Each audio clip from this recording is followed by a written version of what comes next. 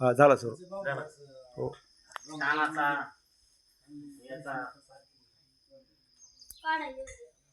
श्री क्षेत्र ऊनदेव मात्रकवळी, आजचं नाव मातकुळी, तालुका आष्टी, जिल्हा बीड येथील सर्वज्ञ श्री चक्रधर स्वामीचं मंदिर मातकुळीच्या पश्चिम दिशेला, आता एक काढला एक पाठवून देईल तुम्हाला. मातकुळीच्या पूर्व दिशेला आणि रामदऱ्याच्या पश्चिम दिशेला असलेले हे स्थान मध्यवर्ती आहे, डोंगराच्या कडेला, म्हणून याला वनदेव या स्थानाने ओळखलं जातं.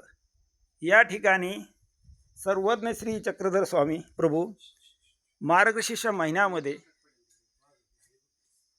आणि पौर्णिमेच्या दिवशी स्वामी आले होते आणि यावेळेस या ठिकाणी दोन रस्ते पायवाटा होत्या, एक मात्रकवडीकडे जाणारी आणि दुसरी जामखेडला जाणारी, म्हणजे उत्तर दिशेला. अशा अवस्थेत स्वामीवर भक्त होते, भक्त मंडळी होते, श्रीभक्त होत्या काही त्याच्यात. तर त्यात स्वामींची अतिशय सेवादास्य करणारी श्रीभक्त म्हणजे बायसा ही होते. बायसाने या ठिकाणी आलेला आग्रह केला असा होता आग्रह त्यांचा, देवा म्हणे तुम्ही काय करा, जामखेडला चला. असे ते 3 वेळेस म्हणले, बाबा जामखेडला चला ना, जामखेडला चला ना, जामखेडला चला ना. अशा अवस्थेत प्रसंग असा निर्माण झाला, परमेश्वराला जामखेडला जायचं नव्हतं, कारण परमेश्वराचा प्रवृत्ती अशी होती, जिथं भक्त असतो ते शोधित जातात, म्हणून स्वामी मातकुळीला जायचे होते, जामखेडला नाही. कारण मातकुळीमध्ये असा ब्राह्मण होता, तो भक्ती करत होता आणि त्याला भेटायचं होतं, म्हणून स्वामी तिकडे मातकुळीला गेले. परंतु बायसाचा आग्रह होता रामदऱ्यात चला, हे जामखेडला चला. पण बायसाची नातेवाईक होतं त्या ठिकाणी होतं जामखेडला असं म्हणतात, म्हणून बायसाने त्याने आग्रह धरला.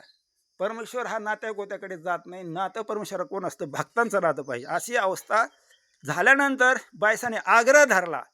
आग्रह काय ते जायना. शेवटी स्वामी म्हणले, बायसा म्हणे तुम्ही अजून असाच जर म्हणत राहणार ना, तर यापैकी एक हो. असं बोटाने काय केलं, हरणाच्या कळपाकडे दाखवलं. शेजारी हरणाचा कळप ठिकाणी होता आणि त्या कळपाकडे बोट दाखवल्यानंतर भक्त मंडळी म्हणले, त्यातले एक जण म्हणजे बायसा तुमचा हट्ट माघारी घ्या, कारण स्वामी जर त्या हरणामध्ये गुप्त झाले तर आपण कोणाबरोबर जायचं, कारण आपला देवांतरण. असं म्हणल्याबरोबर बायसाने ते माघारी घेतले आणि या ठिकाणी बायसाचा आग्रह म्हणजे कोणता होता, नात्याकोत्याकडे जाण्याचा, तो देवाने तिथं निवारण केलं, म्हणून याला बायसा आग्रह निवृत्ती स्थान असं म्हणलं जातं. या ठिकाणी पुण्याकडचे मंडळी, भक्त मंडळी आज 5 दिवस झाले या ठिकाणी त्यांनी काय केलं, नामस्मरण चिंतन केलं, याच ठिकाणी भोजन केलं, या ठिकाणी स्वयंपाक करून त्यांनी केलेलं आहे. या ठिकाणी बरेच दिवस काढले, एवढ्या वाऱ्या वावधानामध्ये आणि दिवस इथं कंठन केले बघा. आणि आज शेवट त्यांना लहान गावून त्यांना त्यांच्या गावाकडे जायचं आहे. या ठिकाणी अशी भक्त मंडळी, ज्या भागामध्ये परमेश्वराच्या ठिकाणी मंदिरं नाहीत आज, त्या भागातील लोक मंडळी आले बघा. इतक्या प्रेमाने त्यांनी ते सेवादास्य केलेलं आहे. अशी ठिकाणी स्थान आहे. दंडोत प्रणाम, दंडोत प्रणाम.